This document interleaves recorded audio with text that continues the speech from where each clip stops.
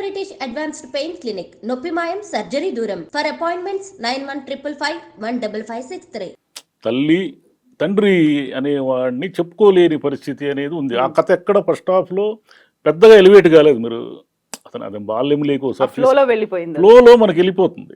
అతను లోపల కోపం ఉంది, అతను విపరీతమైన యాంగర్ ఉంది అతనికి అనే విషయం తెలుస్తుంది. ఎలా అంటే తల్లికి సంబంధించి ఏదో ఒక చిన్న అవమానం జరిగితేనే వాడికి మామూలుగా వాడు ఏదో తిడతాడు కదా, డబ్బులు ఇవ్వకుండా ఏం చేస్తున్నావు అని ఒకడు తిడతాడు, వడ్డీ వ్యాపారి. తిడితే పుష్ప మళ్ళీ వాడికి డబ్బులు ఇచ్చి ఊరంతా తంతాడు వాడిని. ఊరంతా వాడు చెప్పాలి, నేను డబ్బులు పుష్ప నాకు డబ్బులు ఇచ్చేసాడు డబ్బు అంటే. అంత కోపం అతనికి. ఈ కోపం అంతా ఎక్కడి నుంచి వచ్చిందంటే తండ్రి ఎవరో చెప్పుకోలేని, తండ్రి అంటూ తనకు లేనటువంటి ఒక విచిత్రమైన పరిస్థితి ఉంది అతనికి. అంటే అతను ఆర్ఫన్ కాదు, తల్లి ఉంది కానీ తండ్రి ఉండి కూడా అనాథ లాంటి వాడు. అదే ఊరిలోనే ఆ తండ్రికి సంబంధించిన వారసులంతా ఇతన్ని అవమానిస్తున్నారు. అదే ఊరిలోనే ఉన్నారు వాళ్ళు. కాబట్టి అతనిలో ఉన్న పెయిన్ ఏమిటంటే తండ్రికి సంబంధించిన పెయిన్. ఈ పెయిన్ సెకండ్ హాఫ్లో ఎక్కడ ఎమోషన్స్ ఎక్కడెక్కడ ఎలివేట్ చేస్తాడు అనేది మనం చూడాలంటే ఆయనకి సుకుమార్ గారికి ఏ సినిమా తీసుకున్నా కూడా ఈ ఫాదర్ సెంటిమెంటు ఇలాంటివి చాలా బలంగా చెప్తాడు ఆయన. నాన్నకు ప్రేమతో మీరు చూశారంటే మొత్తం తండ్రి సెంటిమెంట్తో నడిచే సినిమా అనేది. ఇప్పుడు పుష్ప ముందు ఉన్నాడు ఏమిటంటే ఒకటి ఎమోషన్ క్యారీ చేయాలి, యాక్షన్ క్యారీ చేయాలి. ఒకవైపు విలన్లంతా పొంచి ఉన్నారు. ఆల్రెడీ ఏమిటి అతని ప్రాబ్లము, ఎర్రచందనము దొంగలందరితోనూ వైరం పెట్టుకున్నాడు. సునీల్తో పెట్టుకున్నాడు, తర్వాత అధికారులతో పెట్టుకున్నాడు. తమిళనాడులో ఉన్నటువంటి ఎర్రచందనం మాఫియాని దాటుకొని ఇప్పుడు ఇంటర్నేషనల్ కావాలి ఆయన. హిందీ కూడా వినిపిస్తోంది అంటే నార్త్ వైపు వెళ్తాడా లేక నేరుగా అదేమిటి జపాన్తోనే పెట్టుకుంటాడా? మనం ఎర్రచందనం అంతా జపాన్కే కదా పంపించేది, చైనా జపాన్కే పోయేది. అది నేరుగా అక్కడ వాళ్ళతోనే పెట్టుకుంటాడా లేదా అది పార్ట్ 3 ఏమైనా చూపిస్తారా? ఇంటర్నేషనల్ స్థాయి అంటే ఏందనేది చూడాలి మరి. కానీ సినిమా తెలుగు సినిమాకి సంబంధించిన ఒక ఇది ఉంటుంది, కీర్తి పతాకం అంటారు. ఒక కీర్తి పతాకాన్ని పుష్ప 2 ఎగరవైపోతూ ఉంది. అంటే ఇంటర్నేషనల్ స్థాయిలో తెలుగు సినిమాకు ఉన్న స్టామినా, అంటే తెలుగు సినిమాలు ఇలా తీస్తారు, ఇంత అంటే దేశం ప్రపంచమంతా చూసే విధంగా తీస్తారు అనే విధంగా అది ఉండబోతుందని అందరూ ఎదురు చూస్తున్నారు. పుష్ప 1తోనే జాతీయ స్థాయిలో ఉత్తమ నటుడి అవార్డు వచ్చింది. పుష్ప 2 అనేది ఇప్పుడు నేషనల్ అనుకున్నారా? కాదు, ఇంటర్నేషనల్. అంటే is he giving any indication అది మళ్ళీ ఆస్కార్ రేస్లో ఉండబోతోందా? మనకు త్రిబుల్-ఆర్కి వచ్చింది కదా మనకి, మన తెలుగుకి ఆస్కార్ అనేది మనం కల్లో కూడా ఊహించలేదు కదా. ఇప్పుడు కల్లో కూడా ఊహించినటువంటి విషయం ఒకటి త్రిబుల్-ఆర్ను తెచ్చుకుంది కదా. అయితే ఆస్కార్ అనేది మన వరకు రాదు అని మనం చాలా స్పష్టంగా ఉన్నాం కదా. అట్లాంటిది మనకు వచ్చిందంటే రేపు పుష్ప 2 కూడా రావచ్చు. అంటే ఏం ఆస్కార్ అనేది ఏం ప్రపంచంలోంచి దిగేం రారు కదా వాళ్ళు నటులే, వాళ్ళు సినిమాలే కదా తీసేది. కాబట్టి మన వాళ్ళు కూడా సినిమాలే కదా తీస్తున్నారు. సో ఆ మేకప్ కూడా ఒక టిపికల్గా ఉండేటువంటి బాడీ లాంగ్వేజ్, గోర్లకి నెయిల్ పాలిష్ దగ్గర నుంచి కూడా మొహాన మేకప్, చీర కట్టుకోవడం, ఇవన్నీ మేబీ ఒక క్యారెక్టర్కి తగ్గట్టుగా చేసి ఉండొచ్చు. కానీ ఇప్పుడు ఆ స్థాయిలో ఉన్నటువంటి ఒక హీరో దానికి యాక్సెప్ట్ చేయడము అనేది ముందు నుంచి అంటే సెకండ్ సీక్వెల్ అనేది రిలీజ్ లేట్ అవుతోంది, బయటికి న్యూస్ రావట్లేదు, ట్రైలర్ ఎప్పుడు అనేది తెలియదు. ఇవన్నీ అనుకున్నప్పుడు బోల్డ్ అని రూమర్స్ వినిపించాయి, ఇద్దరి మధ్యలో పడట్లేదు అనేది, డైరెక్టర్కి ఆర్టిస్ట్కి పడట్లేదు, అందుకే గ్యాప్ అనేది పెరిగిపోయింది, చెప్పా పెట్టకుండా అల్లు అర్జున్ ఎక్కడికో వెళ్ళిపోయారని ఫోటోలు వీడియోలు ఇవన్నీ రిలీజ్ చేశారు. సో వాటన్నిటికీ ఒక ఫుల్ స్టాప్ పెట్టినట్టు అయిందా? ఇంత పెద్ద ప్రాజెక్ట్కి ఖచ్చితంగా రూమర్స్ ఉంటాయి. రూమర్స్ లేకుండా ఇంత పెద్ద ప్రాజెక్ట్ ఎలా నడుస్తుంది? దాంట్లో కొన్ని నిజాలు కూడా ఉండొచ్చు. అంటే వాళ్ళకి డిఫరెన్సెస్ మీన్స్ అదేమి ఆస్తి గొడవలు కాదు కదా, ఎక్కడో ఒక చోట ఇంటెలెక్చువల్ డిఫరెన్సెస్ కూడా రావచ్చు. అదేం ప్రపంచంలో గొడవలే లేకుండా ఇది ప్రాజెక్టులు పూర్తి అయిన సందర్భాలు ఏమి లేదు. అంటే నిజం ఉండొచ్చు, నిజం కాకుండా కూడా ఉండొచ్చు, రూమర్ వచ్చినంత మాత్రం. కానీ ఆ ప్రాజెక్టు మీద మనకెంత అంచనాలు ఉంటాయో వాళ్ళకి అంతే అంచనాలు ఉంటాయి, మేకర్స్కి కూడా. మనము ఎంత ఎక్స్పెక్ట్ చేస్తున్నామో వాళ్ళు కూడా జనాలని, ప్రేక్షకులని ఏమాత్రము డిసప్పాయింట్ చేసినా కూడా ఇదంతా కూడా మన పరువు ప్రతిష్టకు సంబంధించిన వ్యవహారంగా అయిపోయింది. ఇది సుకుమార్కి, అల్లు అర్జున్కి ఇది ప్రెస్టీజియస్ ఇష్యూ.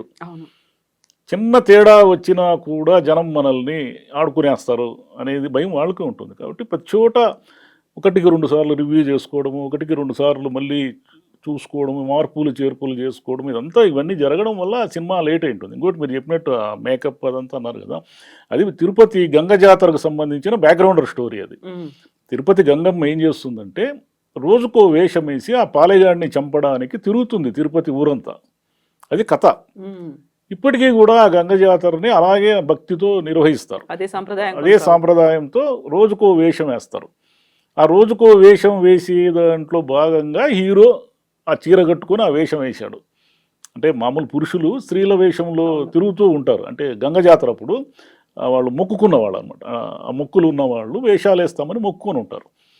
ఆ వేషంలో హీరో ఫైట్ కూడా ఉంటుంది. మీకు హీరో ఫైట్ కూడా మనకు టీజర్లో ఇది అర్థమైంది.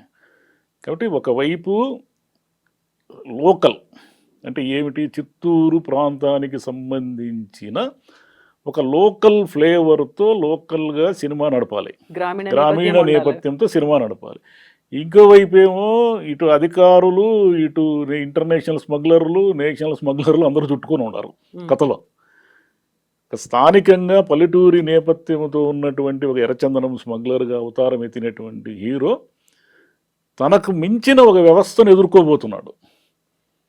అధికార వ్యవస్థ, రాజకీయ వ్యవస్థ, మాఫియా, ఇన్ని వ్యవస్థలను ఎదుర్కొని పుష్ప అనేది ఒక బ్రాండ్ అని నిరూపించుకోవాలి.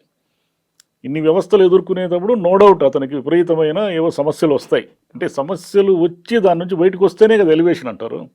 కాబట్టి ఏం సమస్యలు వస్తాయి అతనికి? ఒకటి షకావత్తు, ఖచ్చితంగా సమస్య, అతను వదలడు. రెండు ఈ లోకల్ మాఫియా. మూడో మాఫియా ఎక్కడి నుంచి వస్తుందని చూడాలి. Political already Rao Ramesh involve అయి ఉన్నాడు. కాబట్టి మూడో మాఫియా ఎక్కడి నుంచి వస్తుంది? కాబట్టి ఖచ్చితంగా పుష్ప 2 అనేది మనకు ఒక ప్రెస్టీజియస్ ప్రాజెక్టుగా అల్లు అర్జున్కి కానీ, సుకుమార్కి కానీ, ప్రేక్షకులకు కానీ, ప్రేక్షకులు కూడా తెలుగు వాళ్ళు కూడా పుష్ప 2 మాదే, పుష్ప మేము తీసింది అని ఎక్కడైనా నార్త్లో కూడా చెప్పుకోవచ్చు. ఎందుకంటే నార్త్లో ఇంతకాలము తెలుగుకు సంబంధించిన పెద్ద మార్కెట్ లేదు. ఇదా డబ్బింగ్ అలా ఇలా వదిలేవాళ్ళు. కానీ ఈ 666, సలారు, ఈ తర్వాత ఇవన్నీ వచ్చాయి కదా, కేజీఎఫ్, ఇవన్నీ వచ్చిన తర్వాత సౌత్ సినిమాలకు విపరీతమైన డిమాండ్ ఏర్పడింది అక్కడ.